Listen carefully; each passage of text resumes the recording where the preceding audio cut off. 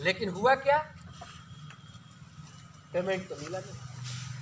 अब जो टीचर को हम पढ़वाए उस टीचर को भी हाथ जोड़कर जो मेरे पास था, आपके पास था, उसको कुछ कुछ दिए कि भैया आप माफ़ी कर लीजिए, अब आप मत पढ़ाइए, क्योंकि आपको मेरा अभिभावक पैसा देने वाला नहीं है और सरकार से कोई पैकेज मिलने वाला नहीं है।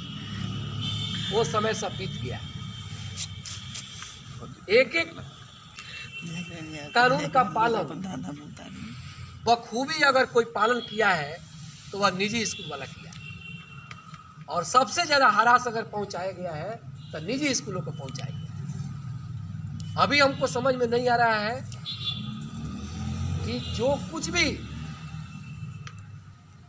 सरकार का गाज गिर रहा है वो निजी स्कूल पर ही गिर रहा है। इसलिए मैं अपील करना चाहता हूं आप सभी जिला के निजी विद्यालयों से कि आप लोग सजग हो जाइए। कोरोना है तो कोरोना को हम भी मानते हैं, हम भी पालन करेंगे, वो भी जिम्मेवारी के साथ करेंगे, लेकिन हमारे साथ न्याय होना चाहिए। हम पूछना चाहते हैं भारत सरकार से, हम पूछना चाहते हैं स्टेट गवर्नमेंट से, क्या हम लोग भारत के नागरिक नहीं है? क्या कोरोना का प्रभाव निजी स्कूलों पर नहीं है? क्या हम लोगों को कहीं से आर्थिक पैकेज मिलता है? क्या हम लोगों को किसी तरह का आपका कोई सहायता मिलता है? क्या हम लोगों को बैंक से कर्ज बिना ब्याज का मिलता है? कुछ नहीं मिलता है। तो फिर हम लोग चुप क्यों बैठेंगे?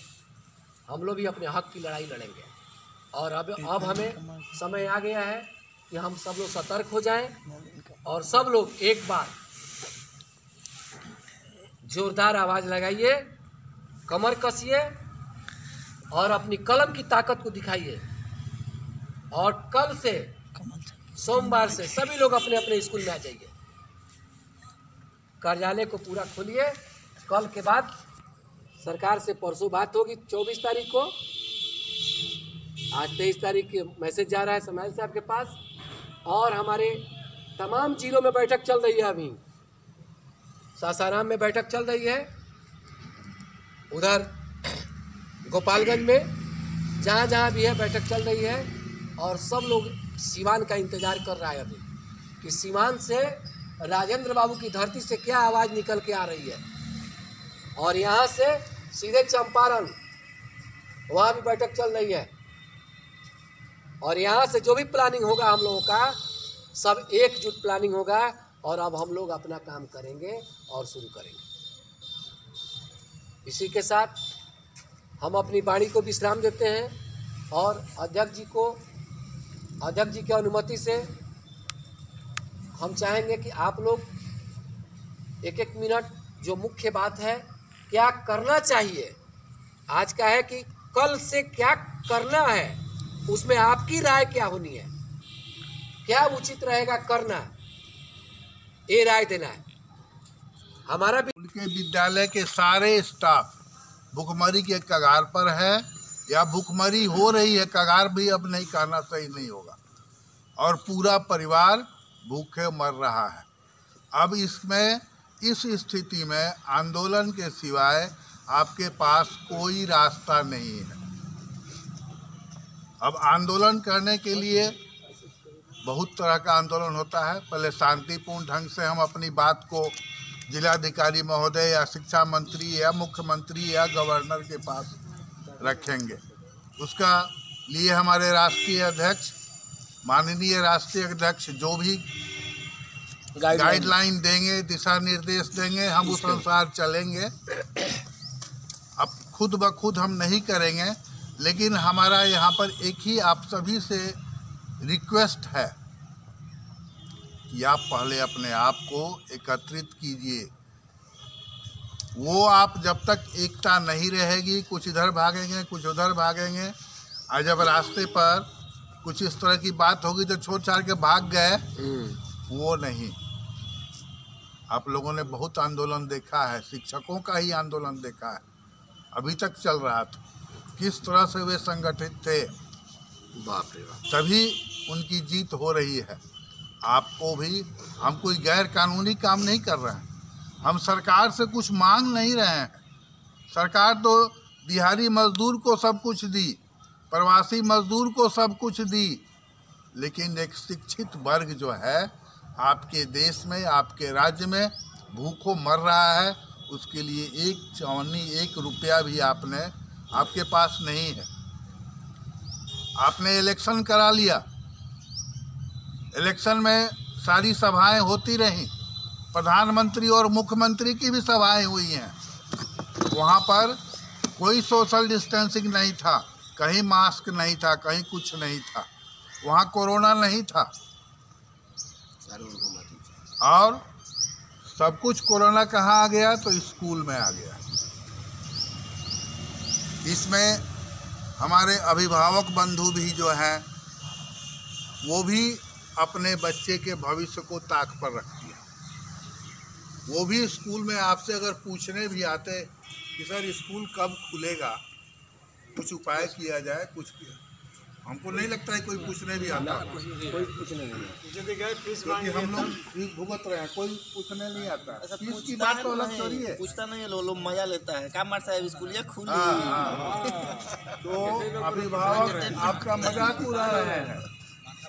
कितनी दुख की बात है, जिस समाज में आप उनके बच्चों को एक उसका भविष्य निर्माण कर रहे हैं, उंगली पकड़ के उसको लिखना पढ़ना सिखा रहे हैं, आपके साथ वो आदमी, वो समाज मजाक कर रहा है। ये मजाक हो रहा है।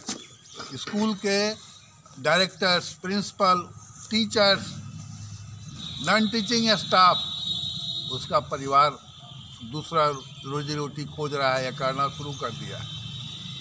तो इस स्थिति को झेलने के लिए अगर आप रोड पर नहीं आएंगे, अपने को संगठित नहीं करेंगे, तो आप इसी तरह रहेंगे। हम डायरेक्ट सीधी बात बोलते हैं, और ऐसे ही होता रहेगा। और ऐसे ही होता रहेगा। सरकार, अगर आप अपनी शक्ति को नहीं दिखाएंगे, सरकार आपके साथ ऐसे ही करते रहेगी। कभी जाड़ा के नाम पर बहुत ठंडा है बंद करेगी, कभी बहुत गर्मी है बंद करेगी, कभी बहुत बारिश हो रही है बंद करेगी, कभी बुखार लग गया, बुखार फैल गया, ये हो गया, तो सालों भर बंद रहेगा। और गार्जियन आपको दूसरा प्रॉब्लम फेस करना है कि अब गार्जियन हो सकता है कि आपको मंथली नहीं देगा, वो महीने में इतना संडे, 4-5 संडे कट गया, ये फेस्टिवल कट गया, वो जितना दिन बच्चा स्कूल गया उसी का फीस देगा। या हो सकता है कि वो अब अटेंडेंस अपना गिनेगा, मेरा बच्चा आपके स्कूल में 10 दिन आया है, इसलिए हम आपको 10 दिन, ये भी स्थिति आने वाली है। तो इसलिए आप अगर संगठित नहीं होंगे, इसके लिए मिलकर लड़ेंगे नहीं। मान लीजिए कि हम किसी बच्चे को अपने यहाँ से हटा दिए, वो चला गया इनके यहाँ, आपके यहाँ, उनके यहाँ, आप आओ, उसको माला पहना के ले लिए, तो नतीजा हुआ कि हम तो गए ही, आप भी 2 महीना के बाद आपकी भी वही हालत होगी। इसलिए ये सब करने के लिए हम लोग जो भी डेट रखते हैं, अब जेके कॉन्वेंट में नहीं, गांधी मैदान में या किसी पब्लिक प्लेस में सभी लोग जमा हो, private schools and children welfare association के बैनर के नीचे कल हम लोग जमा होंगे, और हर डायरेक्टर, प्रिंसिपल अपने स्कूल का स्टाफ को जितने मैक्सिमम आ सकें, हर प्रखंड से अगर 50 आदमी भी अगर आ गया तो हमारे यहाँ कितना स्ट्रेंथ हो जाएगा? 10,000। और तब लोग भी समझेगा, प्रशासन को भी समझदारी होनी चाहिए कि आपके पास कितनी ताकत है। बैठ के मीटिंग करने से और दिशा निर्देश बनाने से नहीं कुछ होने को है। अब हमको 8 महीना तक झेलते रहे। दशहरा, अच्छा दशहरा बीत जाएगा तो खुलेगा, दिवाली बीत जाएगा तो खुलेगा, छठ बीतेगा तो खुलेगा।